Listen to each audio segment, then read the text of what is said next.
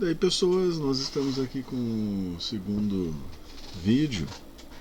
A ideia é de que os vídeos não sejam também muito extensos e que complementem as aulas, né, naquela questão que é uma certa divisão assim, né, do que é visto na aula e daquilo que possa ser complementado, mas sempre ainda com um gostinho de quero mais, né, porque é impossível termos todo o detalhamento, né, exaustivo, especialmente quando se pensa na criação de instrumentos, né, e todas as exigências. Aqui nós estamos vendo assim um modelo ideal, uma criação passo a passo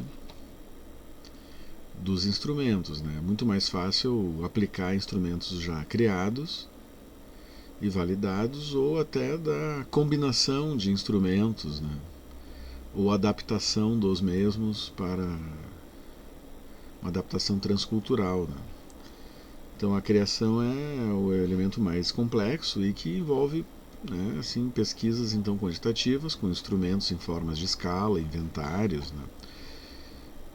Vamos lá, né, pessoal? O que a gente tem aqui, né? Nós temos algumas referências, né? Que eu tenho umas pequenas adaptações, mas eu em princípio repasso aqui, né, aquilo que aparece nessas principais referências, até no sentido da criação de algumas ferramentas ali que estão sendo feitas por esses autores, né, por essas pessoas e outras que oportunamente também já se envolveram e que vocês podem encontrar, né, assim, não só as teorias, mas também ferramentas, né, na criação de instrumentos, né. No caso da criação, nós temos assim alguns passos, né, até aqueles testes, ou seja, até o instrumento está pronto para o mercado, assim, eu diria. No caso, nós temos então ali algumas etapas que são do próprio pesquisador ou do grupo que esteja criando, né? Pode ser um grupo, e que envolve um trabalho, digamos assim, interno antes, né? Até começar a interagir com juízes, especialistas, público-alvo, né? Até fazer mesmo testes, né, empíricos que eles possam realmente ser uma testagem efetiva, até que realmente o instrumento fique pronto, validado e à disposição, né, da comunidade. No caso, então, nós temos a revisão de literatura, né, pessoal? Revisão de literatura, como temos visto, existem técnicas para a revisão de literatura. E o objetivo, né, muitas vezes, é de lidar com construtos ou até com instrumentos, né, prévios que tratam do assunto. Então, sempre as revisões são fundamentais, assim, né? Seja para verificação se já existem instrumentos, seja para a criação de instrumentos. E a criação de instrumento, ela começa na dimensão teórica das dimensões, dos construtos desse instrumento, né? Daqueles conceitos que estarão sendo operacionalizados através de itens, né, que são as perguntas. Então, as perguntas, em princípio, elas são elaboradas na medida em que elas materializam, operacionalizam construtos, como, por exemplo, a ansiedade, a depressão, a autonomia, o significado das tarefas. Nossa, nós temos vários construtos, né, as questões ideológicas, cultura política, e esses construtos eles vão sendo operacionalizados a partir de perguntas, né? Existem regras para a criação desses instrumentos, né, no sentido de que um construto, né, ele precise ter uma quantidade mínima de perguntas, né, que nós vamos ir vendo aos pouquinhos ali, né, pessoas. Também é importante que haja a criação das perguntas, ou seja, tem a revisão de literatura, né, são extraídas informações sobre construtos. Eu quero fazer um instrumento sobre a ideologia. Então eu vejo o que é a ideologia, qual o construto, assim, né, e que perguntas a operacionalizam, no sentido de que eu possa, então, uma vez aplicado, ver que ideologia, qual o nível de ideologia que as pessoas têm, né?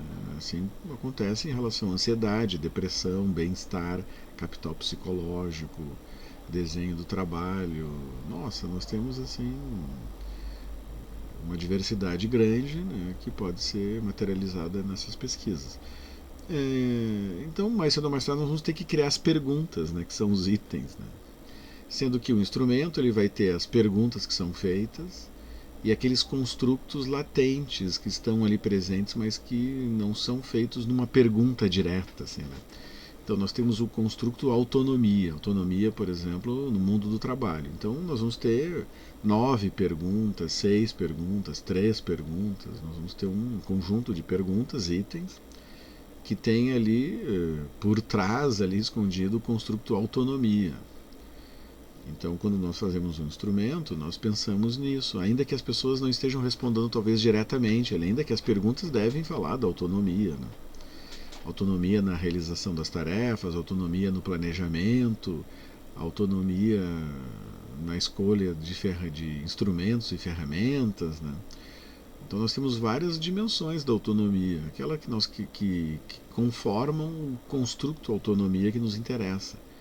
E isso pode gerar, então, perguntas e até subdimensões. Nós podemos ter a autonomia como um construto de segunda ordem, porque ainda embaixo da autonomia nós podemos ter na realização de tarefas, na escolha das ferramentas, no planejamento, e tudo isso vai chegar até perguntas. Então a ideia de que não tenhamos, assim, o ideal, cada construto que ele tenha 4 itens, 4 perguntas.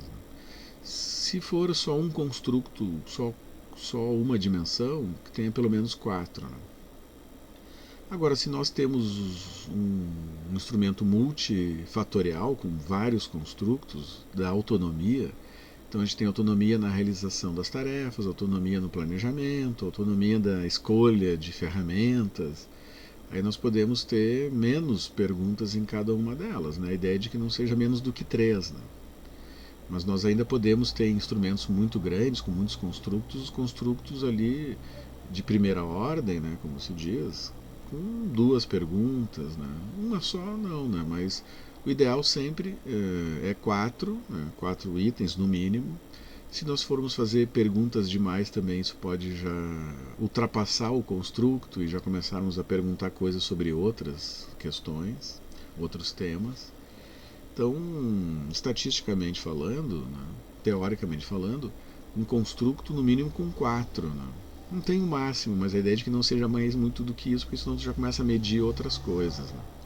Senão ficam perguntas repetitivas até, se é do mesmo autonomia. Chega num ponto que não tem mais o que perguntar sobre autonomia, né, na tarefa, na realização, no planejamento. Daí, de repente, começa a colocar outras coisas que já não são bem autonomia. Né? Então, tem um limite de 4 no mínimo. Agora, se tiver mais do que um construto autonomia, pode ter um pouco menos ali em cada construto, assim, né, individual. E assim vai, né, pessoal? Então tem a criação dos itens, né? Depois nós temos a avaliação do público dos especialistas, né? Daí nós temos, por exemplo, validade de conteúdo, que é uma ferramenta até que possa ser materializada numa planilha, nós vamos ver.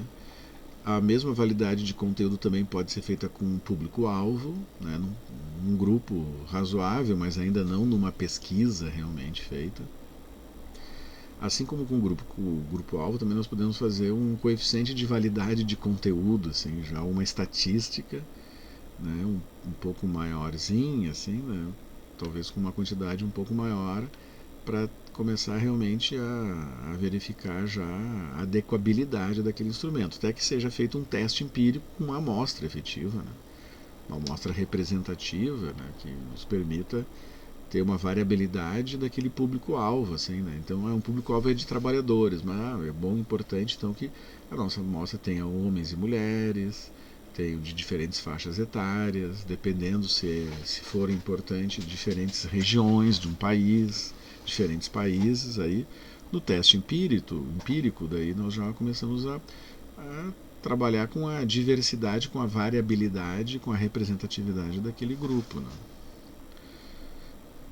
Um checklist, né? E geralmente é sempre bom trabalharmos com ferramentas, né? Então nós estamos fazendo a revisão de literatura, né? As revisões de literatura, como nós temos já visto, né, nas disciplinas de seminário de pesquisa, em outras disciplinas, né, as revisões de literatura, geralmente elas têm protocolos ou checklists. Né? Então tem o checklist lá do Próspero, protocolo Prisma. Né? Nós temos então vários tipos de checklists ou protocolos. Né? A revisão de literatura, então, quando nós estamos fazendo para a criação de um instrumento, é importante que vejamos assim, a gente só muda para a etapa seguinte se a gente coloca tudo sim ali, né? E aqui tem uma sugestão de checklist baseado naquela literatura, baseado na minha experiência, mas vocês vão encontrar vários, né? Ou seja, a segurança no construto, se a gente sabe o construto que está trabalhando, assim, e vendo na literatura, né, que há uma certa produção que fala desse construto, depressão, autonomia, bem-estar, capital psicológico, desenho do trabalho, sei lá, né, se existe uma boa questão em relação a esses o construto, a gente já está seguro, né? E no nosso caso, na definição que nos interessa, né? Porque nós podemos fazer sobre autonomia, mas talvez não nos interesse tudo aquilo que diga respeito à autonomia. Né? Olha, nós identificamos bem na literatura, existem divergências, talvez alguns autores achem que a autonomia trata disso, outros trata daquilo. Aí nós podemos ver no nosso, né? O nosso construto ele está bem definido, no sentido assim, de atender os nossos objetivos. Né? Então a gente pode verificar sobre isso, né? Aí nós vamos avaliando ali, né? Até a nossa avaliação ali, nós é que respondemos isso. Foram criados os itens desse construto, ou seja, nós já começamos a criar os itens ali, né? Então, se a gente não começou ainda a criar o item, por quê? Porque não temos segurança, não fizemos ainda bem a pesquisa. Então, é um checklist assim que nós podemos ter, né? No armário, assim, na porta da geladeira, sei lá, né? O instrumento é unifatorial ou multifatorial, né? Quando nós começamos a pensar, olha, nós vamos trabalhar com autonomia, com a depressão, bem-estar, capital psicológico, seja lá que depressão, nós vamos fazer o instrumento ele é de uma escala assim unifatorial, né? Só tem um construto geral, depressão, e depois tem umas 4, 5 perguntas, 10 perguntas, né? Que mede só uma dimensão disso, né? Então temos que ver, né? Ou ele pode ser baseado em mais de uma dimensão, né? Se a gente pega o desenho do trabalho, né? Ele tem 4 grandes dimensões, 21 fatores de primeira ordem, né? Então vejam, e 77 perguntas, nossa, ele é multifatorial, né? Então, para ter um diagnóstico mais amplo assim, do desenho do trabalho, né? Se nós formos ver que ele dá as 21 lá, né? Pega depressão, ansiedade, estresse, são umas 4, 5 perguntas, sei lá, 7 perguntas de cada uma dessas 3 dimensões, assim, né? Do estresse, da depressão e da ansiedade. Às vezes os instrumentos, eles trazem essas dimensões, mas não precisa ter uma dimensão única, assim, né? Pode, como o desenho do trabalho, a gente fala desenho do trabalho, mas talvez nunca ninguém tenha tentado criar uma única dimensão assim que agregasse todas as dimensões de segunda, de primeira ordem, né? Então no DAS 21 é isso, nós podemos ter um score geral do instrumento, mas nós podemos ter pelas 3 dimensões existentes. Então isso vai depender muito da própria validação, vai depender muito da capacidade do instrumento gerar scores de segunda, terceira ordem, assim, né? Então nós temos o desenho do trabalho. Na segunda dimensão ali nós temos as características das tarefas, as características do conhecimento. Na primeira dimensão a gente tem autonomia, significado das tarefas, né, como já vimos em outras oportunidades, né, até chegar na pergunta ali, né. O nosso instrumento ele vai ser como? Ele vai ser unifatorial, vai ser multifatorial. Dependendo, nós até podemos achar que ele é multifatorial, fazemos as análises, os testes e mostra que ele é unifatorial ou vice-versa. Mas uma coisa é nós arrancarmos, ou seja, talvez a definição se dê só depois dos testes empíricos, né? Se for multi, sabe quantos construtos ou fatores, a ideia é de que cada construto ele também possa ser chamado de fator, né? Então, um instrumento multifatorial é porque ele tem vários construtos ali, né? E daí tem que ver o quanto que eles são convergentes e divergentes, né? Se os construtos foram muito parecidos, né, não tem por que ter vários, pode ter um só. Então eles têm que ter uma certa convergência, porque eles também não podem ser tão diferentes assim que a pessoa, até o instrumento se atrapalhe, ela está respondendo sobre um assunto, daí muda abruptamente para outro assunto, né? Daí a pessoa também já meio que se perde, né? É como se ela estivesse falando assim de um assunto e de repente começa a falar de outro, assim, né? Muito abruptamente, né? Isso não é indicado. Agora, se os construtos foram muito parecidos, né? Será que eles não podem ser agrupados, né? Pensando sempre que menos é melhor? E é aquela coisa, a gente sabe quantos fatores vai ter, né? Então a ideia é de que não seja assim, uma quantidade muito exaustiva. A gente vê que muitos instrumentos hoje, com as novas técnicas, poderiam ser bem mais enxutos, mas também às vezes nós precisamos perguntar, né, coisas, e se perguntar de menos talvez não consigamos medir aquilo que estamos querendo, né? Então isso é um checklist para a revisão de literatura, assim como também temos checklists para a criação dos itens. Tudo bem, nós já positivamos tudo ali, ou seja, nós vamos fazer um instrumento com 3 fatores, cada fator vai ter 5 perguntas, né? 3 vezes 5, 15, nossa, então nós vamos ter 15 perguntas, né? 5 perguntas de cada fator, vão ser 3 fatores, né? Então nós começamos a redigir esses itens, né? Talvez nós até possamos redigir uma quantidade um pouco maior, né? Que aquela última ali, os itens estão em quantidade aumentada, né? Ou seja, nós podemos fazer mais itens para escolher 5. Nossa ideia é de fazer com 5, então a gente faz 10 para que os juízes, o público-alvo nos ajude a saber quais são os melhores 5. Então nós podemos ter mais itens, né? Com o objetivo de reduzi-los, né? Se todos eles se mostrarem válidos e pertinentes, bom, aí paciência. Mas talvez, né, com as devidas técnicas nós possamos reduzir a quantidade. Os itens estão equilibrados no grau de dificuldade, né, como mais ou menos o Enem, aquilo, né, do teste de resposta ao item. Para termos uma boa mensuração, para ver em termos da endossabilidade lá das pessoas, nós vamos estar testando conteúdo, conhecimento de matemática, conhecimento de português, conhecimento de história. Nós vamos estar vendo o quanto que as pessoas endossam o item, né, no sentido das concordâncias, né? Se nós pensamos na escala Likert, né, a ideia de que aquilo ali nos auxilie a verificar o quanto que a pessoa tem aquela variável latente ali, né?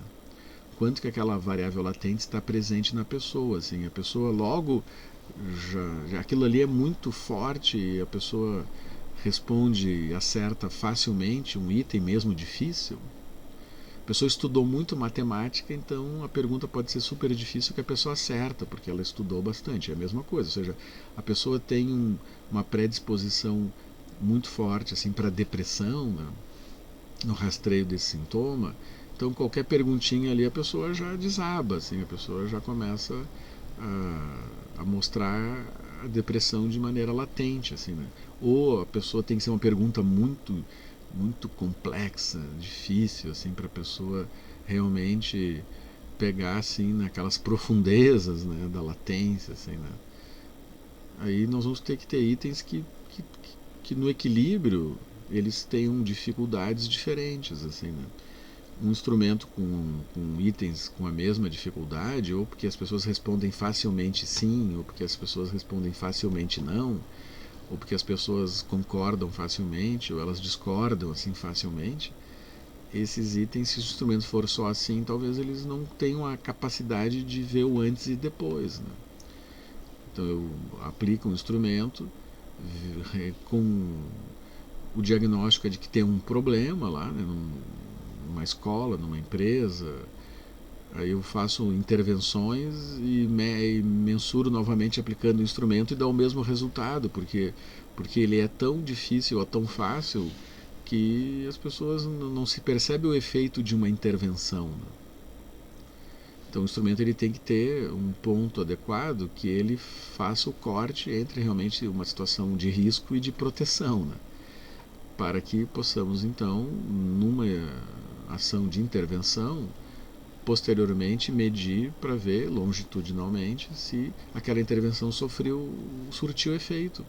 Agora, se essas perguntas são facilmente respondidas com concordâncias ou discordâncias, talvez nós não consigamos medir essa diferença.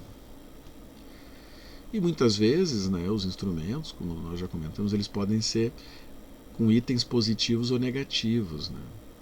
Então, se eu quero medir o capital psicológico, por exemplo, aí eu pergunto coisas no sentido de que as pessoas, a concordância delas com os itens demonstre mais capital psicológico. Então o sinal é positivo. Mas pode ser que seja com a discordância. Então, se a pessoa discorda é porque ela tem um capital psicológico ali, né? Ou bem-estar subjetivo. Né? Se a gente pensa no bem-estar subjetivo, bem-estar no trabalho, aí tem uma pergunta lá que se a pessoa concorda e é uma pergunta de uma coisa ruim, é porque a pessoa está mostrando que está com um mal-estar no trabalho, né? Então a gente tem que ver os sinais. Os instrumentos, né, com sinais diferentes, eles tentam amenizar os vieses, né, de estarem as respostas sempre muito fáceis ou muito difíceis, né? Muito barulho ali, da torneira, de tudo. Então a gente tem que sempre pensar, né, em todas as ferramentas que nos permitam ter uma resposta mais equilibrada, né, das pessoas. Que as pessoas não sejam estimuladas a responderem muito favoravelmente, porque é tudo fácil e bonito e feliz, e que as pessoas também não sejam estimuladas a responderem negativamente mais do que seria o caso, né, da negatividade. Né? Então nós temos que medir aquilo que é, né, assim, aquilo que está ali presente. Né, sempre aquele objetivo assim, né, de conseguir captar aquilo que está acontecendo, né, sem ter o viés da aplicação de um instrumento. Né. É praticamente impossível não ter viés algum, né, a questão é de ver. Então instrumentos feitos com perguntas negativas e positivas tentam mexer nisso, só que como eu já comentei, né, a não elaboração adequada disso pode gerar problemas de mensuração do instrumento. E a ideia é de que os próprios itens, eles têm só uma sentença, ele não pode ter mais do que uma sentença ali no item, né? Porque daí a pessoa não sabe se responde sim para a primeira e não para a segunda e vice-versa. Eu já vi instrumentos feitos assim, né? Com perguntas, uma pergunta que tinha assim, ó, você está feliz hoje e ontem você também estava feliz? Bom, mas se a pessoa está hoje sim e ontem não, como é que ela responde?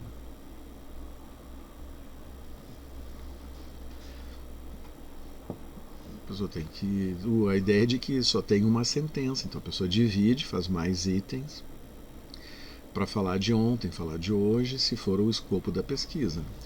Um problema muitas vezes é de medir coisas que são antecessoras ou sucessoras do construto. Então a gente tem que cuidar. Por exemplo, a autonomia vai ter um relacionamento com muitas coisas que vêm antes, né? Ou até depois, né? Mas é difícil medir só a autonomia, assim, né? E além disso, também a ideia de que não você se sente autônomo, você se percebe autônomo no planejamento, nas tarefas e na realização. Bom, a pessoa responde o quê? Na planejamento ou é na realização? Eu posso ser autônomo no planejamento, mas não na realização, né?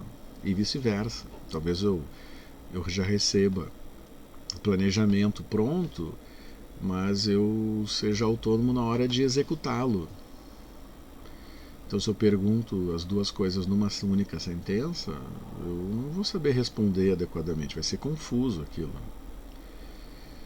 Então, a ideia é de que tenhamos. Então, a gente fez lá a criação dos itens, né, pessoal? Agora,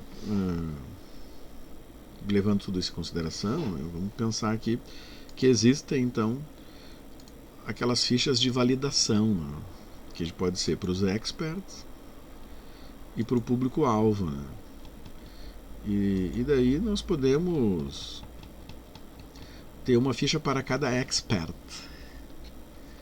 e para cada público-alvo. A ideia é de que aqui no começo, eu diria que essa fase ela é ainda anterior a alguma estatística um pouco mais agressiva no sentido da quantidade, né? Então vejam, a pessoa aqui ela tem um construto, né, que ela pode falar sobre autonomia, então ela diz alguma coisa. A autonomia é um construto, faltou essa, que trata da possibilidade das pessoas decidirem por conta própria aspectos presentes no dia a dia do trabalho. Autonomia nas decisões sobre diferentes aspectos, sei lá, daí a pessoa vai lá e escreve, né? E daí pedido, né? Então se escreve aqui o item, né? Está representado ali pelo símbolo item 1, a pessoa vai escrever o item ali. O item 2, o item 3, ou quantos itens tiver naquele construto ali, né, pessoal? Então a pessoa vai customizar aqui, né, na medida em que aí nós temos essas expressões. Assim, eu não simpatizo muito com a palavra clareza, né, mas tudo bem, né, faz parte. Pertinência e relevância, né? Então é uma ficha de validação de conteúdo baseado na clareza, pertinência e relevância, né? Então a pessoa vai responder aqui de 1 a 5, né? A ideia é de que o 5, né, seja super claro, 5 sobre super pertinência, 1 seja relevância, né? A pertinência se representa o construto, né? A pertinência ela está muito associada, né, nos testes de resposta ao item a aquela ideia da discriminação, né? A validade discriminante não é porque o item está discriminando assim, né, a pessoa pela orientação de gênero, aquela coisa toda. Aqui a discriminação é no sentido de que aquele item representa bem assim, né, aquele construto. Então o meu construto é sobre autonomia. Então eu vou ter uma pergunta. Qual pergunta que é mais pertinente, assim, né? Todas elas são super pertinentes, né? Nós temos testes de resposta ao item que vem, quais os itens são mais discriminantes. Pode ser que todos sejam muito próximos, tenham uma pequena diferença. Nós temos em relação à clareza, né? Compreensível, né? Um item ser compreensível, a pessoa entende, né, assim, bem aquilo que está escrito ali, né? E a relevância, né, aquela coisa para o instrumento no sentido daquele item, ele pode não ser o mais pertinente, mas ele junto com os outros, né, ele é relevante no sentido de que a falta deles talvez implique na dificuldade de fazer a mensuração, né? Então nós temos aqueles itens que são mais pertinentes, mas talvez sozinhos eles não consigam, né? Eles podem ser bons depois para fazer a diferenciação entre o público-alvo ali, né? As pessoas que têm mais ou que têm menos, mas os outros itens às vezes carregam o piano, como se diz, não podendo ter o craque, mas um craque sozinho não ganha uma partida, né? Então precisa ter os outros jogadores, né? Aí se a pessoa, se faltou alguma coisa, qual é uma sugestão de item, e isso tanto para os especialistas quanto para o público-alvo, né? Talvez aqui seja um pouco diferente, geralmente na literatura, né, tem um pouco menos de elementos ali para o público-alvo, né? Porque dependendo a gente pode estar lidando com um jovem, com criança, com pessoas semi-alfabetizadas, né? Então não dá para ter uma grande expectativa da contribuição que essas pessoas vão ter, é mais para ver o entendimento delas ali, né? A linguagem está clara, a linguagem está adequada para a sua faixa etária, você entendeu a pergunta, o item precisa ser modificado, né? Sugestões de alteração, né? Então já ficamos numa situação assim em relação a essa ficha de validade de conteúdo, né, pessoal? Como eu disse, não Eu não inventei nada, assim, são adaptações e utilizações do que acontece na literatura, né? São ferramentas assim quase que universais, né? E que vão ganhando espaço e replicabilidade, né? Mas elas podem ser customizadas também, né? Eu diria que essa ideia de que tenha clareza, pertinência e relevância, por mais que eu não goste da palavra clareza, são aspectos que já se verifica que existem até ferramentas posteriores para continuar, né? Nisso, né, em relação à pertinência e à relevância, né, nós temos cálculos depois que vão ver se um construto, na medida que a gente retira um item, quanto que ele ainda continua sendo medido, se ele melhora ou se ele piora, né, na mensuração daquilo. Em relação à pertinência, no sentido de quais aqueles itens que são mais definidores, até para que eles, o estudo deles individualmente possa já trazer algum elemento, assim, ainda que não seja completo, né, mas eles separam, como se diz, o joio do trigo, né. E aqui por fim, né, nós temos, quando nós pegamos o público-alvo, né, aquele coeficiente de validade de conteúdo, né, vejo que tem uma fórmula aqui, né, ele está sendo feito aqui. Ó. Então a gente tem o participante 1, 2, 3 até o 30º, mas vai depender de quanto for utilizado no nosso pré-teste. Ele nem é o teste aquele, né? É um pré-teste. E nós podemos ter mais do que um item aqui. Então isso aqui vai sendo expandido ou não. Só que nós temos uma fórmula aqui, né, desse coeficiente, que ele é baseado, né, se a gente olhar aqui na fórmula, né, ele é baseado numa média, né, dos itens, e ainda a gente pode ter um resultado assim, né, de 1 a 5 se os participantes respondem de 1 a 5 em relação à clareza, adequação, compreensão, nós podemos então aqui, né, no cálculo desse coeficiente ver a média e no caso podemos dividir pela quantidade de pontuação aqui, né, porque daí nós sempre vamos ter um resultado ali entre 1 e 5, né.